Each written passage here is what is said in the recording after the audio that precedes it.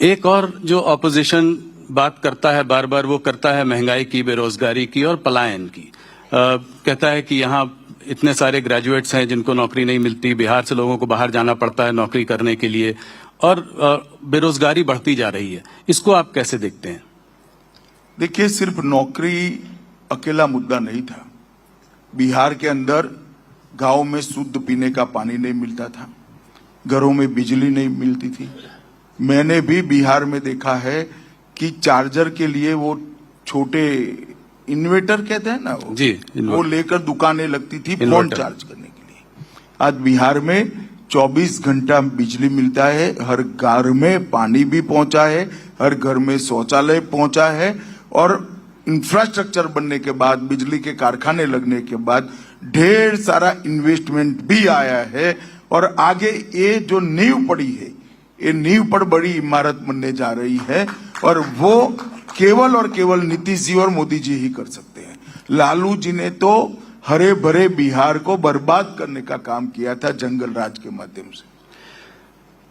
अमित जी, आप ये शराबबंदी को कैसे देखते हैं? इस चुनाव में ये भी एक मुद्दा बनकर आगे आया है। ऑपोजिशन पार्टीज ने जो है कहा है, तेजस्वी जी ने कहा है कि जब वो आएंगे तो टौड़ी पर जो है वो बैन उठा देंगे, और एक आध पार्टियों ने और भी कहा है कि जैसे ही पावर में आएंगे घंटे भर में शराबबंदी का बैन जो है उठा देंगे।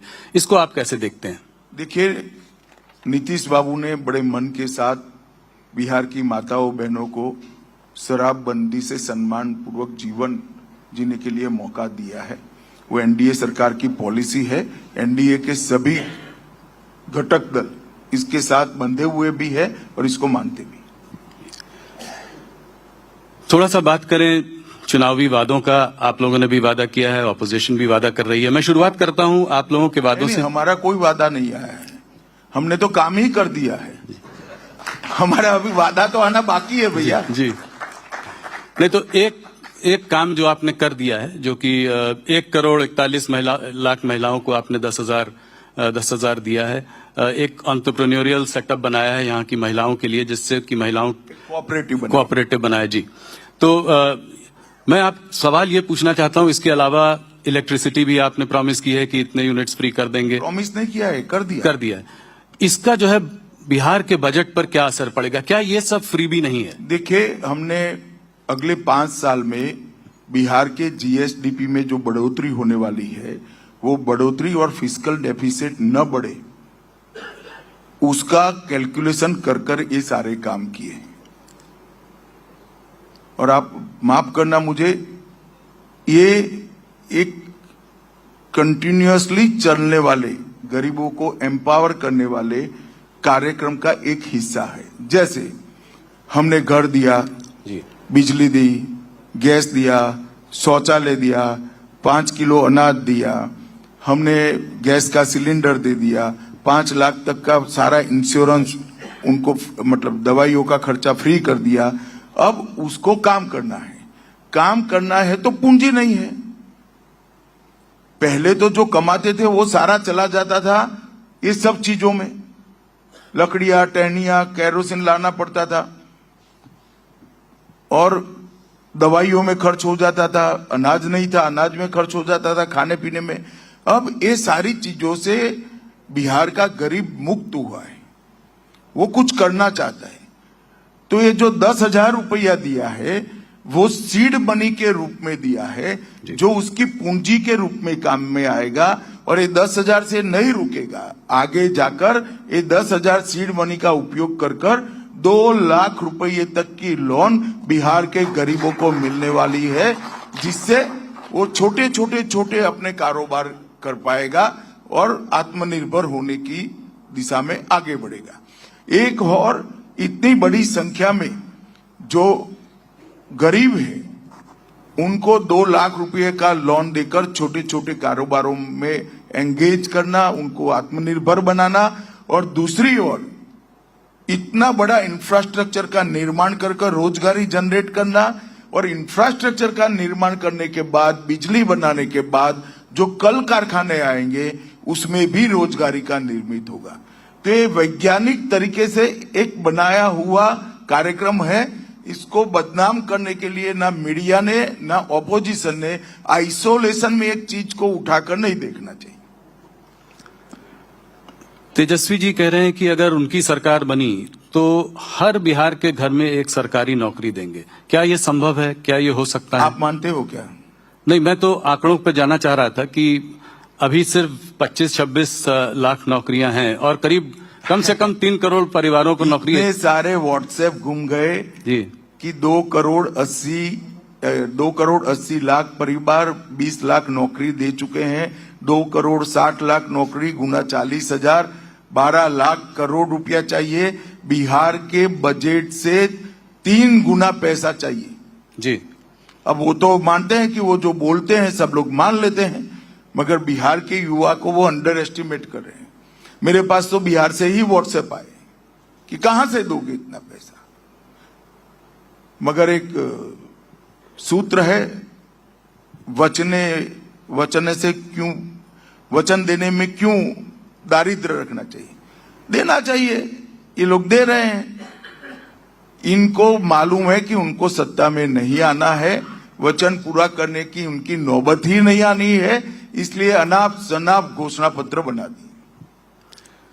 अमित जी, आपने बिहार पे हमारे बहुत सारे सवाल लिए। कुछ और सवाल आपसे पूछना चाहूंगा, बहुत दिनों बाद आपसे बात कर रहा हूं। नक्सलवाद की जो एक प्रॉब्लम है वो देश में हमारी बहुत बड़ी प्रॉब्लम रही है। दशकों से जो है हम लोग इससे लड़ते आ रहे हैं। आपने इसमें एक अग्रेसिव टारगेट और टाइमलाइन लिया। आपने कहा था कि अगले साल मार्च तक जो है इसको आप पूरा उखाड़ कर समाप्त कर देंगे। बहुत नक्सलवादियों ने सरेंडर किया है, बहुत काम हुआ है इस पे। क्या जो कुछ बचा खुचा काम जो बचा है 11 डिस्ट्रिक्ट्स में जहां नक्सलवाद अभी भी है, क्या आप अपनी डेडलाइन पर अडिग हैं?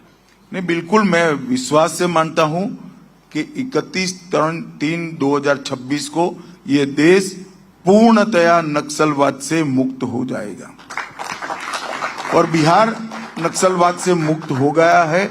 और इसीलिए अब बिहार में 3 बजे तक मतदान नहीं होगा, 5 बजे तक पूरा मतदान होने वाला है।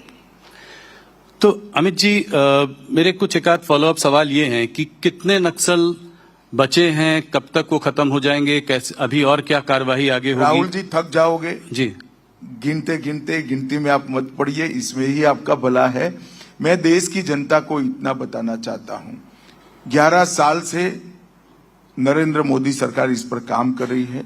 19 के बाद इसका डिटेल प्लानिंग हुआ, 650 से ज्यादा कैंप बने हैं, ढेर सारे नक्सल सरेंडर हुए हैं। उसमें से उनका ही एक पुलिस का दल डीआरजी बनाया गया। और छत्तीसगढ़ में कांग्रेस की सरकार थी, इसके कारण हम अटके हुए थे। छत्तीसगढ़ की सरकार ने जनता ने भाजपा सरकार बनाई। अब हमारे लिए बहुत अनुकूल भूमि है और 2026 31 मार्च को नक्सलवाद इस देश से समाप्त हो जाएगा। मैं आपके मंच के माध्यम से आने के दरवाजे खुले हैं। बहुत सारे लोग सरेंडर किए हैं, हथियार डाल दीजिए, आप भी सरेंडर करिए, मगर सरेंडर नहीं करेंगे तो हमारी कार्य योजना है और हम सरेंडर करें या न करें, इस देश को नक्सलवाद से मार्च 26 तक मुक्त करा देंगे। लेफ्ट पार्टीज का कहना है कि ये जो है एक्स्ट्रा जुडिशियल किलिंग्स हैं, इनसे बात क्यों नहीं करते हैं हम, और वापस जब ये लोग जेल से छूट कर आएंगे तो क्या फिर हमारी सरकार का स्पष्ट नीति है, जिसके हाथ में हथियार होगा इससे कभी बात नहीं। कनपट्टी पर बंदूक रखकर बात होती है क्या? और बात क्या करना है? जहां जहां नक्सल मुक्त हुआ, हर गांव में पानी पहुंचा, बिजली पहुंची, राशन कार्ड पहुंचा, अनाज पहुंचा है, दवाइयां पहुंची है, स्कूल पहुंची है, मोबाइल टावर पहुंचे हैं और रोजगारी की योजनाएं भी पहुंची। इस तरह से बात नहीं हो सकती। और ये सिद्ध कर रहा है कि कांग्रेस पार्टी और लेफ्ट पार्टी इसका वैचारिक पोषण करती थी, इसीलिए वो उनके समर्थन में बयान दे रहे हैं। सैकड़ों आदिवासी मारे गए हैं, किसी का पैर उड़ गया, किसी का हाथ उड़ गया, सैकड़ों जवान मारे गए, शहीद हो गए। इनके ह्यूमन राइट नहीं है क्या? किस प्रकार की बात करें? बात किससे करें? हाथ में जो AK-47 राइफल लेकर बैठे हैं, इनके साथ हम बात करें? नहीं होगी बात। जो सरेंडर होगा वो मेन स्ट्रीम में वापिस आएगा, सरेंडर नहीं होगा उसको पुलिस का सामना करना पड़ेगा।